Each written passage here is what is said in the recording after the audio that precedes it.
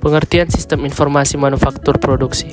Sistem informasi manufaktur adalah suatu sistem berbasis komputer yang bekerja dalam hubungannya dengan sistem informasi fungsional lainnya untuk mendukung manajemen perusahaan dalam pemecahan masalah yang berhubungan dengan manufaktur produk perusahaan yang pada dasarnya tetap bertumpu pada input, proses, dan output. Sistem ini digunakan untuk mendukung fungsi produksi yang meliputi seluruh kegiatan yang terkait dengan perencanaan dan pengendalian proses untuk memproduksi barang atau jasa. Tujuan sistem informasi manufaktur produksi. Tujuan sistem informasi manufaktur adalah untuk mendukung fungsi produksi yang mencakup seluruh kegiatan perusahaan seperti perencanaan dan pengendalian proses untuk memproduksi barang dan jasa.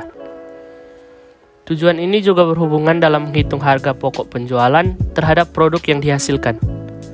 Dengan begitu, hasil akhirnya untuk berhubungan juga dengan penyediaan laporan keuangan dengan data yang benar.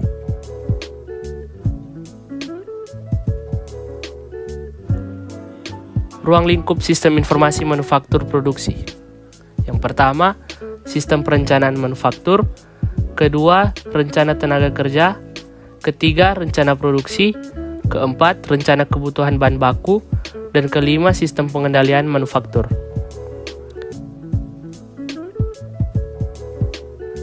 Manfaat sistem informasi manufaktur produksi. Yang pertama adalah hasil produksi perusahaan lebih efisien dan tepat waktu karena menggunakan komputer sebagai alat prosesnya. Yang kedua, arsip perusahaan lebih terstruktur karena menggunakan sistem database. Yang ketiga, perusahaan lebih cepat dalam memperoleh informasi yang akurat dan terpercaya. Dan yang keempat, sistem informasi manufaktur yang berupa fisik robotik akan membuat hasil produksi semakin cepat.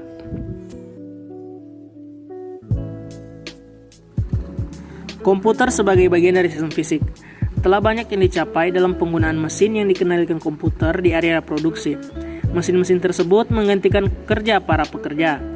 Usaha untuk menggunakan mesin awalnya terdapat penolakan dari para pekerja karena mereka menganggap akan ada pengurangan karyawan.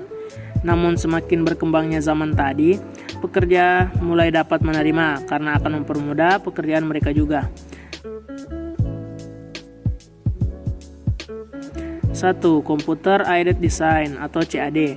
Computer Aided Design semakin sering disebut Computer Aided Engineering atau CAE, melibatkan penggunaan komputer untuk membantu rancangan produk yang akan dimanufaktur. CAD merupakan program komputer untuk mengabadikan suatu produk atau bagian dari suatu produk yang ingin digambarkan yang dapat diwakili oleh garis-garis maupun simbol-simbol tertentu. CAD dapat berupa gambar 2 dimensi dan gambar 3 dimensi.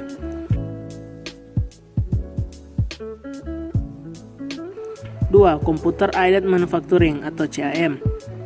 Computer Aided Manufacturing adalah penerapan komputer dalam proses produksi.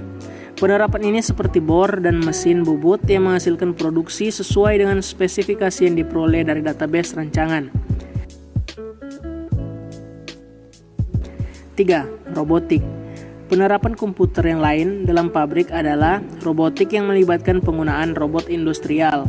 Robotik merupakan alat yang secara otomatis menjalankan tugas-tugas tertentu dalam proses manufaktur yang memungkinkan perusahaan untuk memotong biaya dan mencapai tingkat kualitas yang tinggi.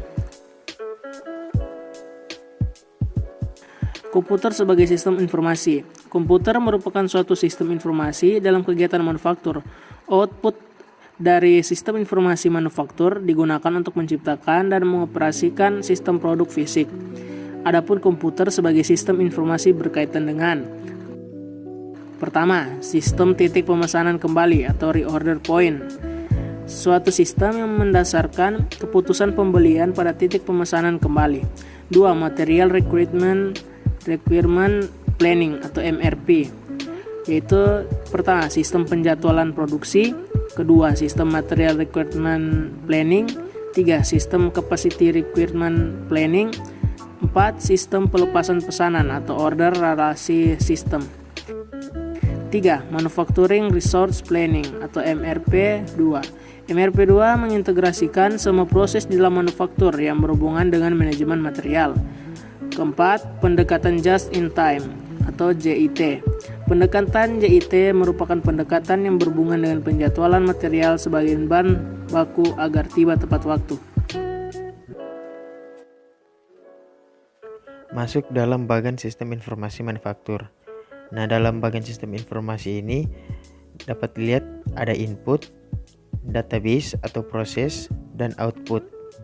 Nah, di dalam input sendiri terbagi menjadi dua data, yaitu data internal dan data eksternal. Dalam data internal sendiri, data internal merupakan data intern sistem keseluruhan yang mendukung proses pengolahan data menjadi informasi yang berguna. Nah, data ini meliputi sumber daya manusia, material, mesin, dan hal lainnya. Sedangkan data eksternal merupakan data yang berasal dari luar perusahaan. Jadi data ini yang mendukung proses pengolahan data menjadi informasi yang berguna untuk perhitungan cost dalam manufaktur mulai dari awal hingga akhir proses. Contoh dari data eksternal adalah data pemasok, supplier, kebijakan pemerintah tentang UMR, listrik, dan lain-lain. Masuk dalam subsistem input. Nah, dalam subsistem input ini ada yang namanya sistem informasi akuntansi. Nah, ini mengumpulkan data intern yang menjelaskan operasi manufaktur dan data lingkungan yang menjelaskan transaksi perusahaan dengan pemasok. Jadi akuntansi yang di sini bukan akuntansi yang berhubungan dengan uang, melainkan data-data, yaitu data-data operasi atau data-data transaksi. Berikut ada sistem industrial engineering. Nah, industrial engineering ini merupakan analisis sistem yang terlatih khusus yang mempelajari operasi manufaktur dan membuat saran-saran perbaikan. Dalam industrial engineering sendiri, terdiri dari proyek-proyek pengumpulan data khusus dari dalam perusahaan yang menetapkan berapa lama waktu yang dibutuhkan untuk suatu produksi. Selanjutnya, ada subsistem intelijen manufaktur.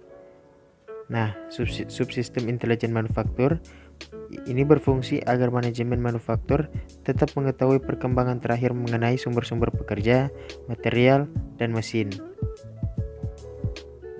Setelah itu, ketiga subsistem input tersebut dimasukkan ke dalam database untuk diproses dan menjadi output.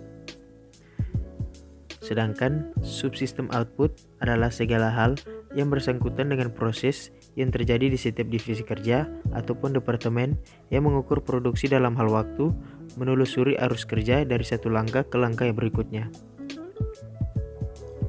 Nah, dalam subsistem output yang pertama adalah subsistem produksi. Jadi, subsistem produksi ini adalah jadwal produksi yang menentukan kapan tahap-tahap proses produksi akan dilakukan. Nah, dalam subsistem produksi ini bisa dibilang sebagai penentuan langkah-langkah proses produksi dan penjadwalan proses produksi yang tepat. Yang berikutnya adalah subsistem persediaan. Nah, subsistem persediaan ini memberikan jumlah stok, biaya holding, safety stock, dan lain-lain. Jadi berdasarkan hasil pengolahan data dari input, biasanya memiliki proses pembelian purchasing dan penyimpanan atau inventory. Nah, fungsi dari subsistem persediaan sendiri adalah mengukur volume aktivitas produksi saat persediaan diubah dari bahan mentah menjadi bahan jadi. Selanjutnya, subsistem kualitas.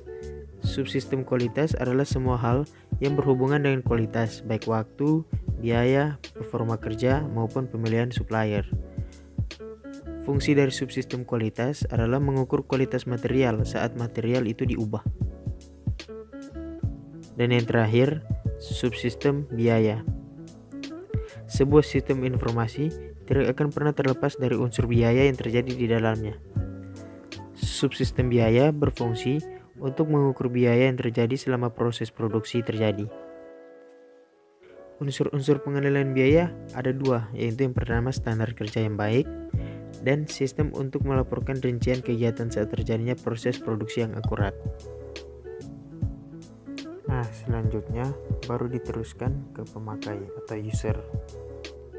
Nah, kesimpulan dari materi ini adalah sistem informasi manufaktur merupakan suatu penerapan teknologi informasi dalam produksi yang mantap, tetapi hanya satu dimensi dari penggunaan komputer. Manajer manufaktur merupakan komputer sebagai penunjang dalam kegiatannya, yaitu komputer sebagai sistem fisik dan komputer sebagai informasi.